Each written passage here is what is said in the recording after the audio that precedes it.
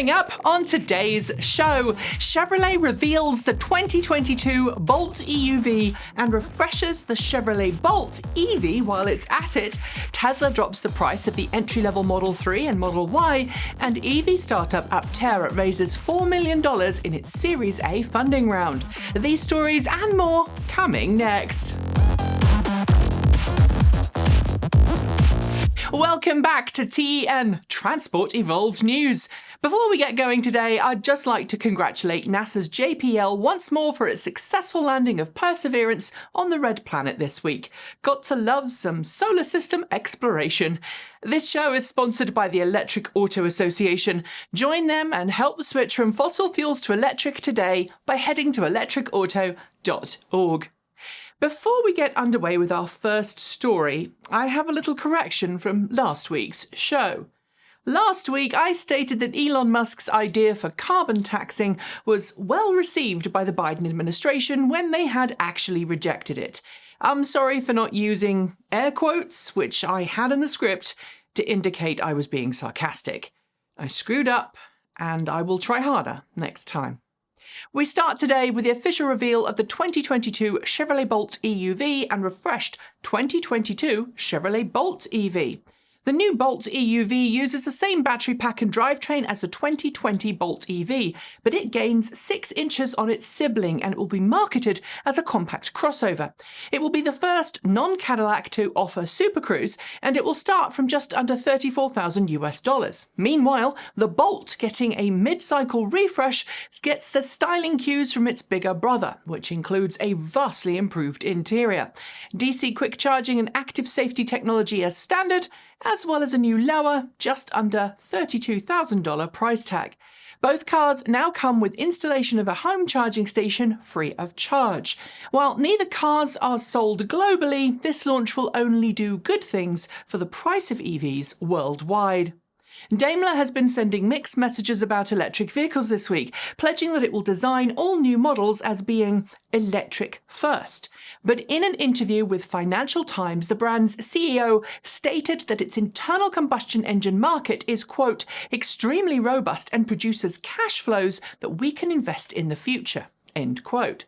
Later on, he hinted to German-language paper Handelsblatt that Daimler's previous plans of having a quarter of all of its cars plug-in by 2025 and a half by 2030 might be revised upwards. It seems like confused messaging, and I'd say it is. But the brass tacks here is that Daimler doesn't want to say Auf Wiedersehen to suck, squeeze, bang, blow anytime soon.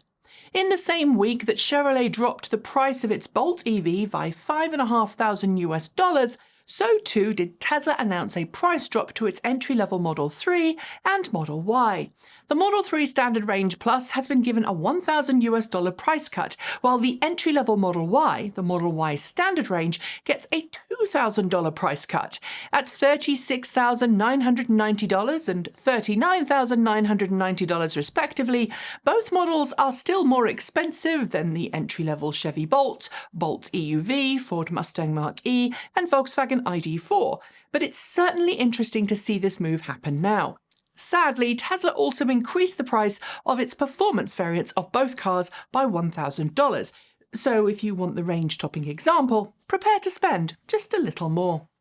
According to news reports from South Korea, Hyundai has come to an agreement with the domestic Ministry of Land, Infrastructure and Transport that will see the firm replace faulty traction batteries in its Kona EV, Ioniq EV and Electrameccanica city bus. The Hyundai Kona EV has been in the spotlight recently due to some high-profile battery fires that caused it to issue a software update to customers' cars around the world. The result of that software update was reduced range, and initially it was thought that the company would not be replacing battery packs. However, this news does suggest that South Korea, at least, will be getting battery replacements for customers' cars. It's not clear if Hyundai will be doing the same thing in other countries, but it certainly appears that this particular replacement campaign was pushed by regulators, not the automaker. Of course, if there are changes to this story, I'll let you know. Continuing its push towards an all-electric future, Ford has announced this week that its entire European new car fleet will be zero-emission capable by mid-2026. Looking further forward, it has committed to going fully electric across the continent by 2030, with 2/3 of its commercial vehicle sales expected to be either electric or plug-in hybrid by the same date. To achieve this, Ford has announced a new $1 billion investment into a new electric vehicle manufacturing centre in Cologne, Germany. It says the facility will be producing all-electric models for European customers as soon as 2023. With many European countries looking to ban the sale of internal combustion engine vehicles between 2030 and 2040, it really is no surprise that Ford has made this announcement. Here's hoping that it follows this pattern around the world.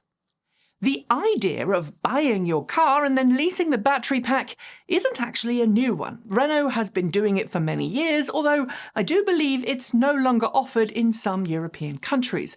But now Hyundai has said it's considering it for its future electric vehicles. According to a press release issued on Thursday, the company has signed an MOU with the South Korean government and partner companies to create a battery ecosystem. As part of that EV battery ecosystem, a domestic fleet service will lease batteries from Hyundai to use as a fleet of electric taxis, something that will lower its initial outlay while allowing Hyundai to recover the battery packs at end of life and then use them in non-EV projects. While the idea is intriguing, the success or not of Renault's battery lease system suggests that most customers are uneasy with the idea of owning their own cars, but not actually owning the battery packs. I'd love to know in the comments below what you think of this concept. Talking of leasing, we learned this week via Alex on Autos that Ford is offering a rather interesting leasing deal for its Mustang Mach E. Rather than carry out a traditional lease where you pay a set monthly fee and give the vehicle back at the end of it, Ford is essentially selling you the car using a finance agreement masquerading as a lease. Then, when the lease period is up, Ford will buy it back from you at a pre-arranged price. It does sound similar to the hire purchase agreements that I've encountered in Europe, but interestingly, this setup allows you to claim the US federal tax credit directly, whereas with a lease, it's the leasing company that claims it. I'm not sure if I like this or not, but I guess it beats a traditional lease buyout, which, as I've learned recently, can be kind of expensive. California startup Aptera has announced the closing of its initial $4 million Series A round of funding, claiming a total $250 million worth of pre-orders, totaling 7,000 reservations for its two-seat, ultra-efficient three-wheeler. Aptera's construction is unlike anything in the automotive industry today, and that, says its founders, means that it can make itself ready for market far more quickly than a traditional automaker could. However, Aptera still has a long way to go. Earlier this year, when I talked to the founders Chris Anthony and Steve Fambro, and at the time they told me they were still in the early alpha prototype phase. That said, I am eager to see how things progress for the company this year. Disclaimer, I am a personal reservation holder, so I obviously want the company to make it to production. Sadly though, it's too early to tell if it will or not. After several months of investigation into a number of battery fires, including 2017 through 2019 Chevrolet Bolt EVs, Chevrolet has announced that it's devised a software update for customers that will be rolled out to their cars in April this year. At the end of last year, it had rolled out an emergency software update to restrict customers' cars to a 90% state of charge. That was to minimise the risk of battery fire. And now it says the new update uses state-of-the-art subroutines to better track and manage the battery packs of cars fitted with battery packs made by LG Chem in South Korea. Importantly, however, Chevrolet has underscored the importance that the battery chemistry and cell design inside the Bolt EV pack does differ from the LG Chem-produced battery cells found in the troubled Hyundai Kona EV, hence the different approach. It says customers should get full battery capacity and range after the planned update has been applied. And now it's time for short shorts. Jaguar Land Rover has announced that it wants to be all-electric by 2030, with new models coming as electric only by 2025. It's also committed to making the first electric Land Rover in 2024, but has cancelled plans for an all-electric Jaguar XJ EV. The United States has officially re-entered into the Paris Climate Change Accord. After former President Trump exited the climate accord, the Biden administration was able to rejoin it on Friday. It's part of the new administration's commitment to putting mitigating climate change at the top of its political agenda. Volkswagen has confirmed that its next electric vehicle will be called the ID.5, and it will be a coupé version of the ID.4 electric SUV. Since the vehicle is heavily going to be based on the ID.4, expect a fairly swift turnaround, with sales promised to start in the second half of this year. Canadian firm Electrameccanica has said that it's chosen the city where it plans to manufacture its three-wheeled single-seat commuter EV. While we don't know which city that is for sure yet, it's apparently between Nashville, Tennessee and Phoenix, Arizona. With the new Chevrolet Bolt EV and Bolt EUV significantly more affordable than the outgoing 2020 and 2021 Chevrolet Bolts, those vehicles are now being offered with crazy discounts. Lease deals now mean that you can get a Bolt for less than $200 a month. Mitsubishi unveiled the new next-generation 2022 Outlander SUV this week, but continuing its weird habit of not keeping the plug-in hybrid up to date with the ICE versions of this vehicle, it said the old plug-in hybrid will continue to sell for the foreseeable future. An EV startup called AK Motors has released some rather nicely shot promo videos for its planned electric car. That in of itself might not be unusual, but instead of filming an actual full-size prototype, all of these videos use scale models. Innovative, and I guess beats the old CGI. Little hat tip to the creaky blinder there. Sorry. This week, Lucid shares a short animation showcasing the inner construction of the massive battery packs that are at the heart of its upcoming Air sedan. Released in honour of its battery day, it showcases the many cells that go into making the Air go. Ford has written to its dealerships asking them to pay $35,000 in order to invest in what it's calling its next-generation EV certification program. Like Cadillac and other companies, it seems Ford wants all of its dealers to come along for the EV ride. No excuses. The UK government has dropped £50 million into a new fund designed to help small business owners in the UK, including landlords, fund the cost of installing electric vehicle charging stations at their facilities. It could make it easier for tenants to own and operate an EV.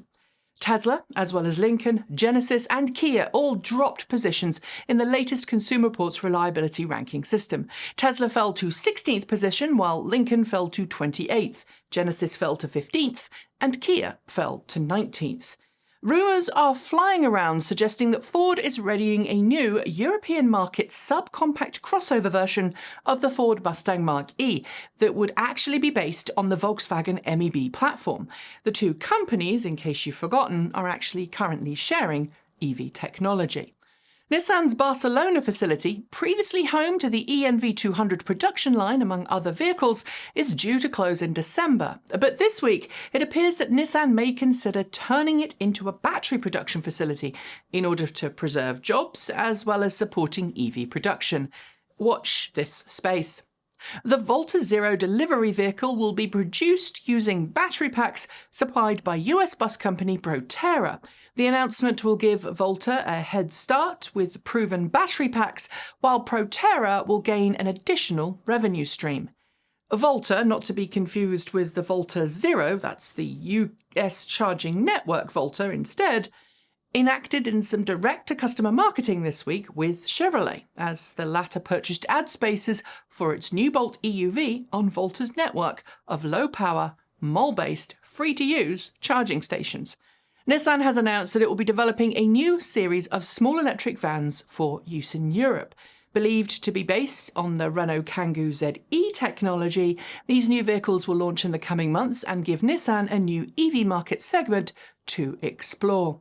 Hyundai has revealed a sneak peek video of the upcoming Ioniq 5 EV.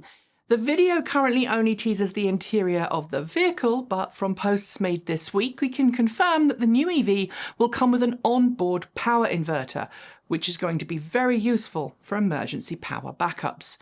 Quantumscape has announced the establishment of a pilot battery production facility where it will make up to 100,000 solid-state battery cells per year. The facility will be based in San Jose, California, and will be called QS-0. And those are your shorts. There will be more next week. Bringing a new vehicle to market is a long and arduous process full of lots of engineering challenges, setbacks, and other frustrations. But losing a prototype vehicle to fire? Well, that has to suck more than all of those other setbacks. Yet we learned this week that Lordstown Motors had that exact thing happen to it at the end of January, when it lost one of its prototype test mules to a battery fire during its first engineering test drive on the public highway. According to a new report from Inside EVs, while Lordstown has confirmed that an incident occurred, it hasn't disclosed what caused the fire. Only following a Freedom of Information request did Inside EVs actually obtain photographs of the destroyed vehicle from local authorities. From the photos, it looks as if the test mule wasn't a Lordstown-built vehicle, but rather a production pickup with a Lordstown drivetrain and power electronics fitted inside. Nobody was hurt, thankfully.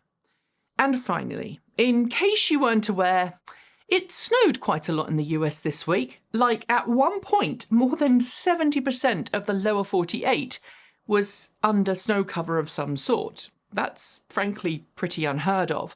But it's given automakers plenty of chances to take their vehicles out in the snow, to have a bit of fun. First, Hummer took its Hummer EV pick out in the snow for some social media fun, and then almost immediately following that, Ford published some footage of its Mustang Mach E and prototype Ford F-150 pickups making snow angels and doing donuts and having sideways fun. Not to be outdone, Tesla was next, showing a short video of its Plaid Model S testing in the snow. Interestingly though, that latter video caused a bit of a stir as it shows the Model S Plaid not with a weird yoke steering wheel, but a full, round, normal steering wheel. The same has been found on Tesla's website, which suggests that the Tesla Model S and X may end up getting a conventional steering wheel after all. Will it? Who knows? I guess we'll just have to wait and see. And on that note, we are done for the day. Before I go, though, I would like to thank the Electric Auto Association for sponsoring the Roundup. They have been advocating for electric vehicles since 1967, and they firmly believe that our future depends on us making the switch to clean, green electric cars today, just like us. You can find out how to join, how to become a local EV educator, find local monthly meetups to attend, virtually of course, at the moment, or find an EV owner near to you that you can ask questions about your own switch from gasoline to electric with by going to electricauto.org. I would love it if you'd comment and subscribe to this channel, as well as hitting the bell, and consider supporting us using one of the links below. Below, you'll also find a link to our Discord chat room, which is free to join, so give it a go if you'd like. And there's also a link to our Redbubble TE merch store. And in case you didn't hear, we are now closed for our job applications. If you haven't already applied to be a social media manager with us, I'm afraid you've just missed the boat. We've had lots of great applications. We'll try and reach out to everybody in the coming weeks. I'll be back soon, but until then, enjoy the rest of your weekend, stay safe, and keep evolving.